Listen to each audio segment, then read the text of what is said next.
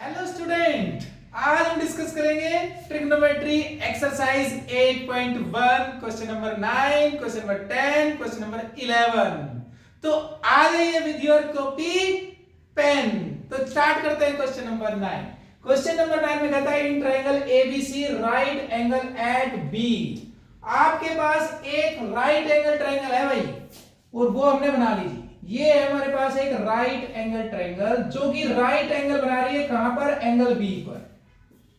और ए और सी आपकी मर्जी, आप कहीं पर भी रख सकते हैं, राइट। तो चलिए हम रख लेते हैं यहां पर ए और यहां पर रख लेते हैं सी। अब कहता है इफ 10a इज 1/√3, यहां पर 10a की बात कर रहा है और कहता है फाइंड वैल्यू ऑफ, और आपको वैल्यू बतानी है साइन ए की, कोस सी की, साइन ए की, साइन सी की, और ये सारी वैल्यूज आपको निकालनी है। तो चलिए स्टार्ट करते हैं। सबसे पहले देखिए गिवन क्या है हमारे पास, वहां से शुरू करेंगे। तो सॉल्यूशन में आपके पास सबसे पहले नोट करें कि गिवन है 10a। देखिए 10a जो है वो आपको दिया गया है 1/√3, और 10 जो है वो रेशियो किसका है, परपेंडिकुलर और बेस का, यानी 10a होता है p/b, और ये p/b इक्वल टू हो गया 1/√3। यहां से हम समझ सकते हैं और सपोज कर सकते हैं कि भाई लेट आपके पास p जो है वो कितना है, 1 नहीं बोलेंगे, p कितना है, 1k है, p इज 1k। और बेस कितना है आपके पास, यस बेस है आपके पास √3k, और हाइपोटेनस नहीं मालूम। तो सबसे पहला काम अपना हाइपोटेनस निकालना है। देखिए ये एंगल है 90 का, और इसके सामने जो होती है साइड उसको हम कहते हैं हाइपोटेनस। अब क्वेश्चन उठता है कि बेस क्या है और परपेंडिकुलर क्या है। तो यहां हमारी जो रिक्वायरमेंट है उसके हिसाब से देखेंगे, प्लस जो गिवन है उसके हिसाब से देखेंगे। तो यहां देखिए गिवन है 10a, यानी ये एंगल a है, इसका मतलब हमारा बेस कितना है, ए बी हमारा बेस है, और बेस यहां पर कितना है भाई, हमारा बेस है √3k। ये बच गया तो ये बच गया तो क्या है, परपेंडिकुलर है, परपेंडिकुलर हो गया 1k। तो यहां से हम निकाल लेते हैं हाइपोटेन्यूस। तो हाइपोटेन्यूस का फॉर्मूला लगाइए by Pythagoras theorem, h² = p² + b², या फिर b² + p², कुछ भी कहिए। h की वैल्यू निकालनी है इसलिए h को h रखिए, b की वैल्यू हमारे पास √3k, और p की वैल्यू हमारे पास है 1k। सोल्व करेंगे, √3 का स्क्वायर हो जाएगा 3, और k² बन गया ये हमारे पास, और ये हो गया k²। इसको सोल्व करें आप, ये हो जाएगा 4k², और यहां से h² की वैल्यू आ रही है 4k², और मुझे h चाहिए लेकिन, तो जब रूट बना देंगे इसको इधर जाएगा तो ये हो जाएगा 4k² अंडर द रूट। इसको सोल्व करिए, ये आएगा 2k। तो आपके पास हाइपोटेनस कितना आ गया भाई, ये आ गया 2k। तो यहां लिख लेते हैं हम 2k, साथ साथ यहां भी लिख लेते हैं, जरूरत पड़ेगी तो यूज करेंगे। क्लियर। अब अपने क्वेश्चन के फर्स्ट पार्ट को देखो। क्वेश्चन के फर्स्ट पार्ट में आपको एक तो साइन ए चाहिए, कोस सी चाहिए, कोस ए चाहिए, और साइन सी भी चाहिए, यानी कुल मिलाकर के आपको 4 वैल्यूज निकालनी है। अब 4 वैल्यूज निकालनी है तो बहुत ही आसान तरीका हमारे पास है निकालने का। तो आइए जरा देखते हैं। सबसे पहले फर्स्ट पार्ट मेरे पास है जिसमें मुझे चाहिए साइन ए। तो देखो एक तो मुझे साइन ए चाहिए, मुझे कोस ए भी चाहिए, मुझे कोस सी चाहिए, और मुझे साइन सी चाहिए।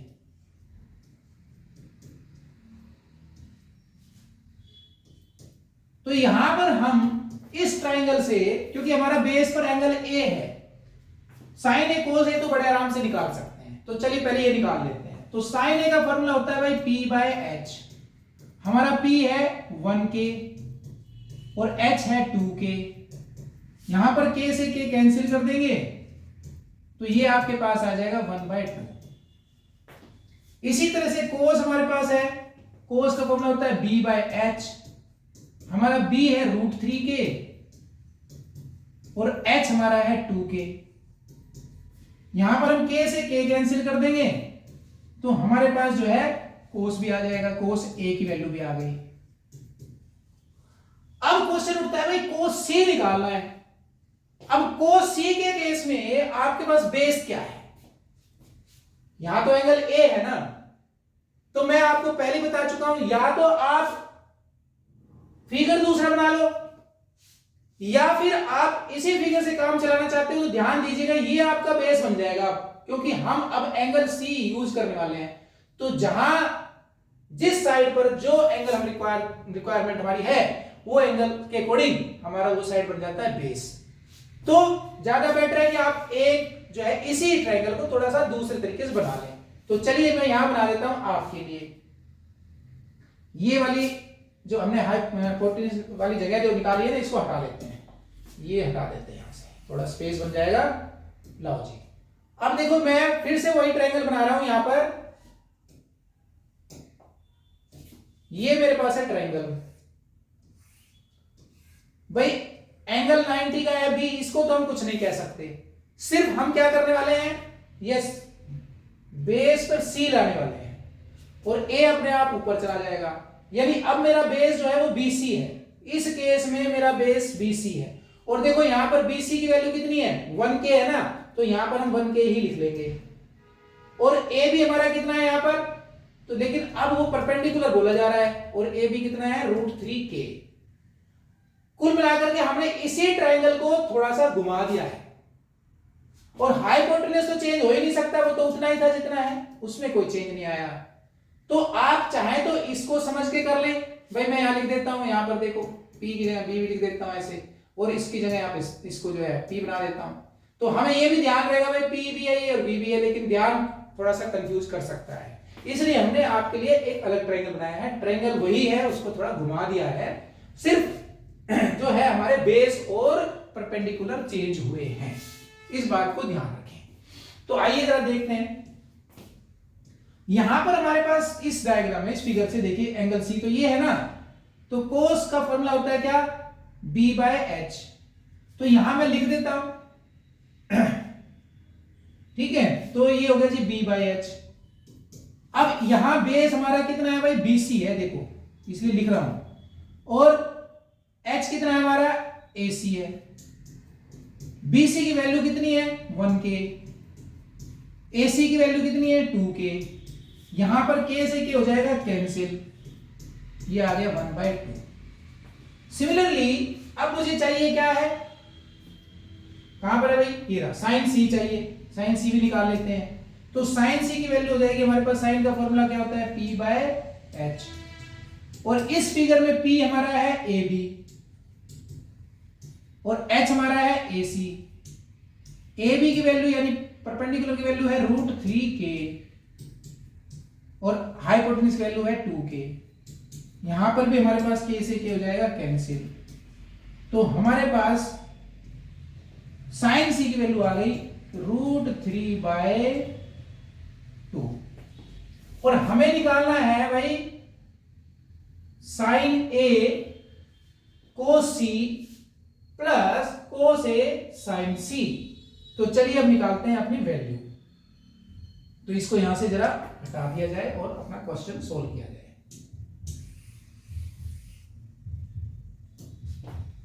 तो यहां आप क्या करो भाई, वैल्यू पुट कर दो फटाफट। वैल्यू तो निकाल चुके हो ना, कोस A की वैल्यू कितनी आई हमारी, देखो यहां पर ये √3/2। इसमें सॉरी पहले वाले पार्ट में देखो हमें चाहिए साइन ना कि कोस, देखो ये वाला फर्स्ट पार्ट। तो यहां पे साइन A है, साइन A कितना है 1/2, ये फर्स्ट पार्ट है जी। और कोस C हमारा है 1/2, ये भी हो गया जी। प्लस का साइन है बीच में, कोस A हमारा है √3/2 और साइन C हमारे पास है √3/2।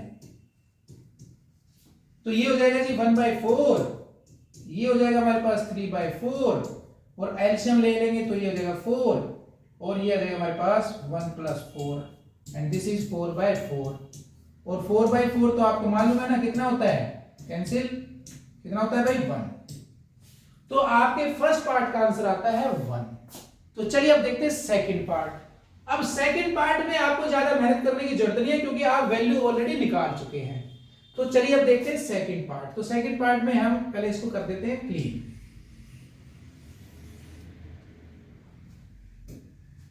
तो सेकंड पार्ट में cos a की वैल्यू रख दो। cos a की वैल्यू कितनी है भाई हमारे पास, देखो यहां पर √3/2। cos c की वैल्यू कितनी है हमारे पास, cos c कहां है भाई, cos c को ये रहा 1/2। sin a वो भी 1/2 और sin c √3/2। तो ये हमारे पास आ रहा है √3/4 और ये भी हमारे पास आ रहा है √3/4 और भाई ये दोनों तो हो जाते हैं कैंसिल। कुल मिलाकर के हमारे पास आंसर आ रहा है 0। तो यहां पर आपका क्वेश्चन नंबर 9 हो जाता है कंप्लीट। तो चलिए अब देखते हैं क्वेश्चन नंबर 10। तो क्वेश्चन नंबर 10 पेश किया जाए। In triangle PQR, right angle at Q, PR plus QR is equal to 25 centimeter. PQ is 5 centimeter. Determine sin P, cos P and tan P. अच्छा देखो यहां आपको फिर से आपको फिगर नहीं गिवन है, बस आपको ये बोला गया है कि भाई एक ट्राइंगल है और राइट एंगल है बस, और कहां पर है, Q पर है। तो एक आप राइट एंगल ट्राइंगल बनाओ, ये हो गई जी हमारी राइट एंगल ट्राइंगल। और राइट एंगल लगाना है आपने कहां पर, जहां भी राइट एंगल है वहां लिखना है Q। अब ये नहीं पता कि भाई बेस क्या है, यहां पर मैं P लूं या फिर यहां लूं P, हम कहां से डिसाइड करेंगे, क्वेश्चन की रिक्वायरमेंट। देखो ये sin P है ना, sin P, cos P, tan P, इसका मतलब हम नीचे जो है, नीचे यानी यहां पे एंगल बना लेते हैं ताकि हमारा ये बेस बन जाए, थोड़ा इजी होता है ना हमें, राइट। और यहां लिख लेते हैं यार। अब क्वेश्चन के हिसाब से देखो PR plus QR is 25 centimetre. हमारे पास PR तो ये है और QR ये है, इनका टोटल दिया हुआ है 25, जबकि PQ दिया है आपको 5 सेंटीमीटर, ये आपको 5 दिया है। अगर मैं ये कह दूं कि भाई हम इसको सपोज कर ले लेट से, या हम ऐसे लिख लेते हैं, चलिए लिख लेते हैं H, इसको लिख लेते हैं और इसको P लिख लेते हैं, कोई प्रॉब्लम नहीं है ना। P for perpendicular, H for hypotenuse. तो क्वेश्चन के हिसाब से अगर देखें तो यहां लिखते हैं सॉल्यूशन। सॉल्यूशन में है PR plus QR is equal to 25 और हमारे क्वेश्चन के हिसाब से हम इसको ऐसा करते हैं, इसको लिख लेते हैं X और इसको लिख लेते हैं Y, थोड़ा कंफ्यूजन दूर हो जाएगा। तो देखो PR की वैल्यू कितनी है भाई हमारे पास, PR कहां है, ये रहा, PR है Y और दूसरा हमारे पास QR है X, QR है X, तो ये हो गया Y plus X is equal to 25। यहां से ऐसा करते हैं Y को के फॉर्मेट में निकाल लेते हैं, Y इज इक्वल टू हो जाएगा 25 माइनस X, एक नंबर इक्वेशन। जब हमारे पास दो वेरिएबल होते हैं, तो यहां दो वेरिएबल हैं, एक X है और एक Y, तो दो वेरिएबल को सोल्व करने के लिए हमें दो इक्वेशन की जरूरत होती है। अब एक इक्वेशन तो मिल गई, अब दूसरी इक्वेशन कहां से मिलेगी, क्वेश्चन में तो कुछ और दिया नहीं है। तो यहां हमें अपने दिमाग की जरूरत है, थोड़ा सा सोचना है। तो देखिए थोड़ा सा क्या सोचना है भाई, सिंपल सी बात है, ये एक राइट एंगल ट्रायंगल है और राइट एंगल ट्रायंगल के अंदर पाइथागोरस थ्योरम हम लगा सकते हैं। तो यहां पर ऐसा करते हैं, पाइथागोरस थ्योरम यूज करते हैं। तो लिखिए यहां पर इन ट्रायंगल हमारा PQR है, PQR के अंदर पाइथागोरस थ्योरम लगाइए। तो हम लिखेंगे y square is equal to 5 square plus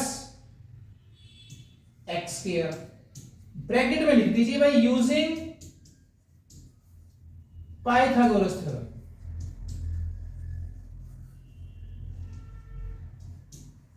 हमने यूज कर ली पाइथागोरस थ्योरम, ठीक है। अब यहां पर देखो हमें y की वैल्यू मालूम है 25 माइनस एक्स, यहां पर भी y चाहिए, तो एक नंबर तो है ही, दो नंबर इसको डाल दो। तो from equation first and second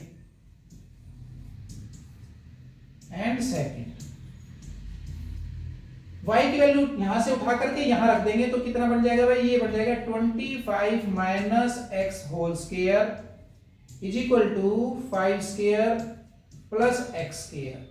अब हमारी जो इक्वेशन है वो x के फॉर्मेट में आ गई, इसका मतलब यहां से हम x की वैल्यू निकाल पाएंगे।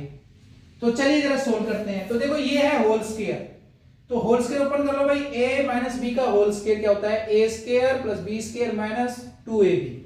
तो लगा दीजिए फटाफट, ये हो जाएगा 25 square plus x square minus 2ab is equal to, यहां देखिए क्या है भाई, ये हो जाएगा 25 और ये एक्स स्क्वायर। और ये हमें मालूम है, देखो जरा ध्यान से, इधर एक्स स्क्वायर है ना और इधर भी एक्स स्क्वायर है, ये हो जाएगा कैंसिल। तो जो बच गया वो लिख लो आप, यहां आ जाते हैं। तो 25 का स्क्वायर कितना होता है, 625 माइनस ये हो जाएगा 25 into 2 50x is equal to, यहां पर हमारे पास है 25।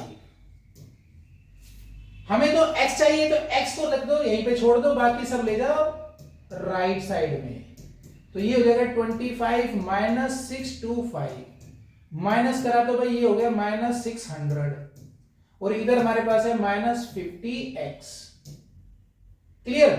और देखो यहां पर जो है हमारे पास माइनस से माइनस हो जाएगा कैंसिल और हमें चाहिए x, तो यहां छोड़ दो x को और ये हो जाएगा जी 600 डिवाइड बाय 50, 0 से 0 कैंसिल और भैया 12 5 का होता है 60। तो x की वैल्यू आ गई 12। अब x तो निकल गया, यानी x हमारा परपेंडिकुलर है, वो आ गया 12। अब मुझे क्या चाहिए, y भी चाहिए। तो y कहां है, देखो इक्वेशन नंबर 1 में भी है, इक्वेशन नंबर 2 में भी है। तो चलो इक्वेशन नंबर 1 से निकाल लेते हैं। तो फ्रॉम इक्वेशन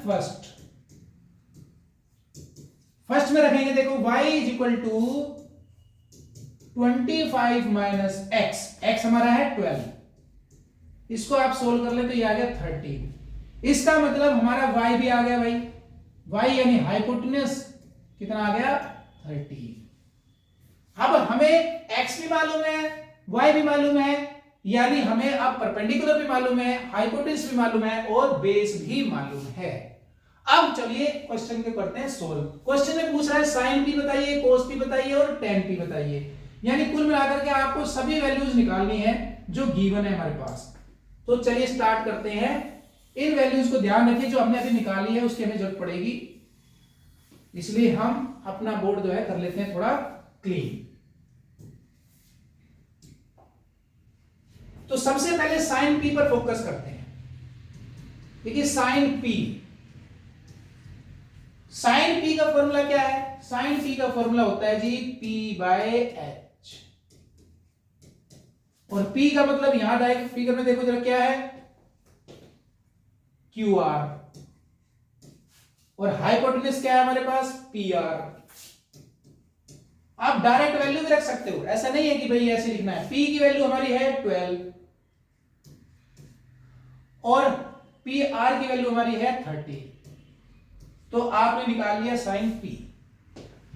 इसी तरह से अब आप जो है सेकंड भी निकाल लीजिए। सेकंड हमें निकालना है यहां पर कोस p। कोस p होता है b बाय h। फिगर में देखिए आपका b है pq और हाइपोटेन्यूस आपका है PR। अब आप कर दो वैल्यू पुट, आपके पास pq जो है वो है 5 और PR है आपके पास 13, तो आपने कोस p को भी निकाल लिया। अब आइए जरा थर्ड पार्ट देख लेते हैं, tan p आपके पास है और tan का फॉर्मूला होता है यस p बाय b। हमारे फिगर के अंदर p जो है वो है RQ यानी QR और बेस हमारा है PQ। और फिगर से आप वैल्यू देख करके फटाफट लिख सकते हैं। कितनी वैल्यू है भाई हमारे पास, QR की वैल्यू है हमारे पास 12 और P की वैल्यू है 5, तो tan P भी हमारा निकल गया। तो sin P 12/13, cos P 5/13 और tan P आपका 12/5। तो क्वेश्चन नंबर 10 हो जाता है यहाँ पर कंप्लीट। अब देखते हैं क्वेश्चन नंबर 11 में कहता है state whether the following are true और फॉल्स, जस्टिफाई योर आंसर। आपको यहाँ बताना है कि भाई ये जो 4 स्टेटमेंट है ना, ये ट्रू है या फॉल्स है, और आप जो भी आंसर देंगे ना उसका जस्टिफिकेशन जरूर देना है। मतलब ये कि देखिए जैसे पहली स्टेटमेंट है, भाई कहता है the value of 10a is always less than 1। अब मैं कहता हूं जी नहीं, ये तो गलत है। अब मैंने ये तो कह दिया नो, लेकिन मुझे ये बताना पड़ेगा भाई क्यों। तो चलिए बताते हैं क्यों। तो पहला आपका जो है वो क्या है, फॉल्स है। हम ये कहेंगे जी ये फॉल्स है। अब इसकी जस्टिफिकेशन क्या है, तो जस्टिफिकेशन के लिए आप क्या करो, एक ट्रायंगल बनाओ। सबसे पहले देखो ये एक मैंने ट्रायंगल बना लिया, और इस ट्रायंगल का नाम मैं कुछ भी रख लेता हूं। लेट से मैंने रख लिया PQR। अब ये मैं मान लूं कि भाई अगर ये साइड मेरी जो है वो है 3, ये मेरी 4 है, और मैं कह दूं जी ये मेरा 5 है। तो सबसे पहले आप ये देखो कि 10 जो है वो किसके इक्वल होता है। यहां पर आप समझेंगे कि भाई 10 जो है, 10 का जो फॉर्मूला होता है ना, 10 लेट्स से P हमारे पास, यहां 10 का फॉर्मूला होता है perpendicular upon base, perpendicular upon base. अब इस फिगर में मेरा परपेंडिकुलर तो 4 है और बेस मेरा 3 है। जब मैं इसको डिवाइड करता हूं तो देखिए मेरा आंसर जो आता है वो ग्रेटर देन 1 आता है। भाई 1 पॉइंट समथिंग आ रहा है ना, 1.33 कुछ आ रहा है, but this is greater than 1। और यहां ये बोल रहा है भाई ऑलवेज, ये जो है ना, ये ऑलवेज जो शब्द है ना, ये इसकी वजह से ये स्टेटमेंट गलत हो जाती है। और ये मैंने ट्रायंगल बनाई है ना, ये भी वेरीफाई करनी है कि आपको वास्तव में ट्रायंगल ये है भी या नहीं, बन भी पा रही है या नहीं। तो आप देख सकते हैं, पाइथागोरस थ्योरम लगा के देखो इसमें क्या ये होता है। वैसे एक प्रैक्टिकल अप्रोच है, आप ध्यान दीजिएगा कि जो हाइपोटेनस जो होता है ना वो ऑलवेज परपेंडिकुलर और बेस से ग्रेटर होगा। देखिए यहां पर बेस से भी ज्यादा है और परपेंडिकुलर से भी ज्यादा है। तो इसका मतलब ट्रायंगल तो मैंने सही बनाया है भाई, और सपोज भी सही करा है। परपेंडिकुलर 3, फिर परपेंडिकुलर 4 और बेस 3 लिया है। तो इस ट्रायंगल को अगर हम देखें तो दिस ट्रायंगल इज पॉसिबल। और साथ साथ ये भी वेरीफाई कर दिया है कि भाई जो 10 की वैल्यू है वो ऑलवेज 1 से कम नहीं होती, it can be more than 1, right. तो पहली स्टेटमेंट हमारी हो जाती है यहां पर रॉन्ग। अब देखिए कहता है दूसरा, सेकंड पार्ट को देखो आप। Secant A is 12/5 for some value of angle A। क्या secant की जो वैल्यू है वो 12/5 हो सकती है कुछ वैल्यूज के लिए? आपको ऐसा लगता है तो आप इसको वेरीफाई करिए, जस्टिफाई करिए। तो भाई मुझे लगता है यस, मैं कहूंगा जी ये ट्रू है। आप क्या कहेंगे? और अगर मुझे ट्रू कहना है तो मुझे जस्टिफिकेशन तो देनी पड़ेगी। तो लेट्स से अगेन मैं एक ट्रायंगल बना लेता हूं। ट्रायंगल में बोला गया सीकेंट ए, तो चलो इस पॉइंट को हम ए ले लेते हैं, बी सी कहीं भी बना लो, हमारी मर्जी है। ये 90 हो गया। अब यहां देखिए आपके पास सीकेंट जो है, सीकेंट ए गिवन है 12/5। तो हमें ये देखना है कि इज इट प्रैक्टिकली पॉसिबल। चलो देखें, कैसे देखें भाई। अब सीकेंट का जो फॉर्मूला होता है वो क्या होता है? सीकेंट का जो फॉर्मूला होता है, सीकेंट का ratio, secant is a ratio. Secant ratio किसका है भाई? h/b का है। तो एक तरह से हमारे पास ये आ गया। यहां से देखें हम तो हमारे पास h जो है लेट्स से वो है 12k, और बेस जो है वो हमारे पास है 5k। परपेंडिकुलर अगर हमारा पॉसिबल है निकालना, राइट, तो ये जस्टिफिकेशन करेक्ट है। तो आइए जरा देखें। तो देखिए पाइथागोरस थ्योरम के हिसाब से हमारे पास h² होता है b² + p²। यहां पर हमारे पास h की वैल्यू है 12k और b की वैल्यू हमारे पास है 5k। p हमें मालूम नहीं। तो यहां से अगर मैं p को देखूं, जरा ध्यान से देखूं, तो ये मेरे पास हो रहा है जी 144k², 144k² -25k²। यहां से अगर मैं इसको माइनस करता हूं 144 में से 25 को, तो मेरे पास आएगा ये हो जाएगा 9 और 119 के square is equal to p square. P की वैल्यू जो आ रही है वो अंडर द रूट 119 के आ रही है, के स्क्वायर। इसको मैं सोल्व कर लेता हूं तो मेरे पास पी जो है वो हो जाता है कि 119 अंडर द रूट के। तो देखिए यहां पर मैं पी को निकालने में कामयाब हो गया और मेरा परपेंडिकुलर निकल भी रहा है।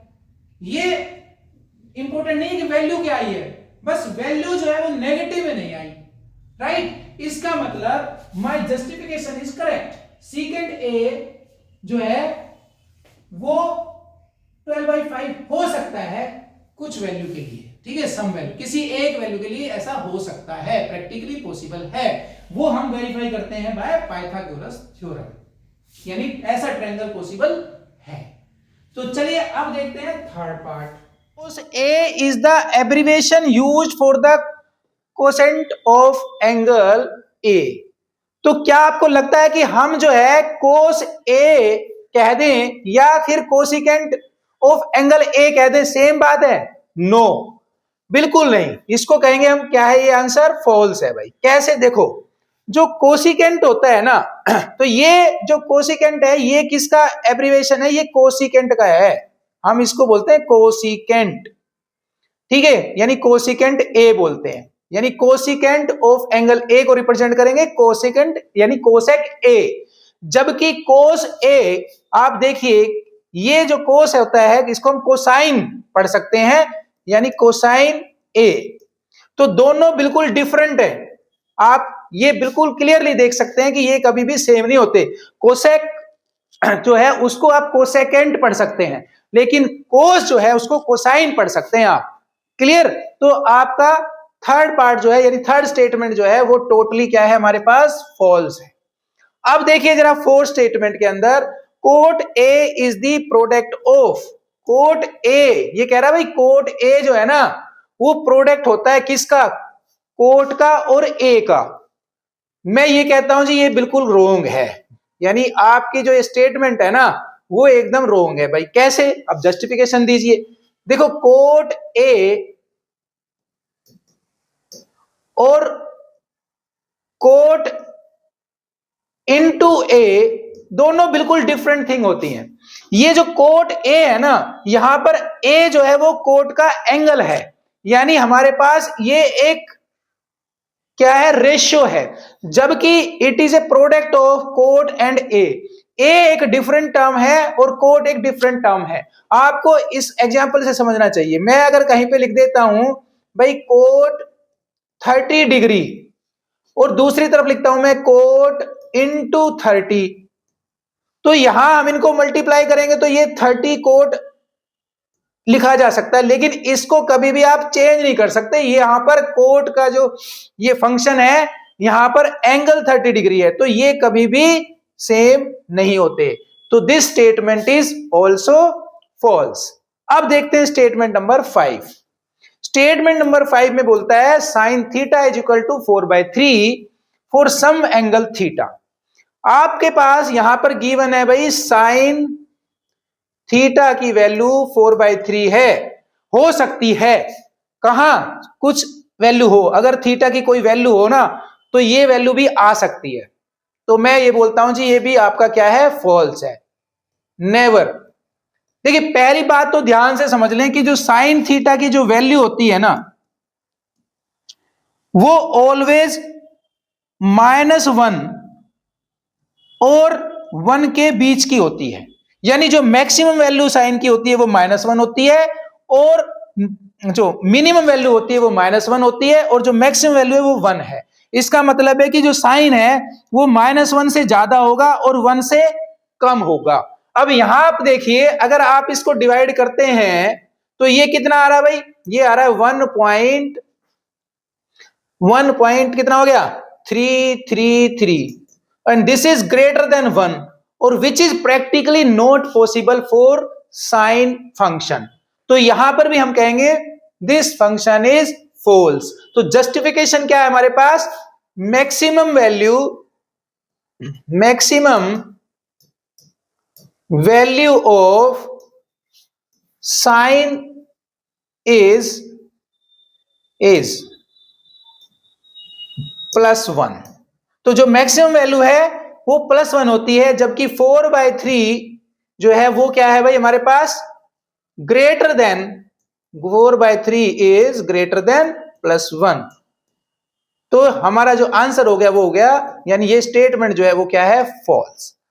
तो ये एक्सरसाइज आपकी यहां पर कंप्लीट हो जाती है। तो मिलते हैं एक और क्लास में विद डिफरेंट क्लास, मिलते हैं एक और क्लास के अंदर, यानी तो ये टॉपिक आपका यहां पर हो जाता है कंप्लीट। मिलते हैं अगली एक्सरसाइज में अगली क्लास के अंदर, same time same place same channel. लेकिन उससे पहले अगर आपने वीडियो को सब्सक्राइब नहीं किया है तो सब्सक्राइब कर दें, और अगर सब्सक्राइब कर दिया है तो शेयर कर दें, ताकि आपके फ्रेंड भी इस क्लास का आनंद उठा सकें।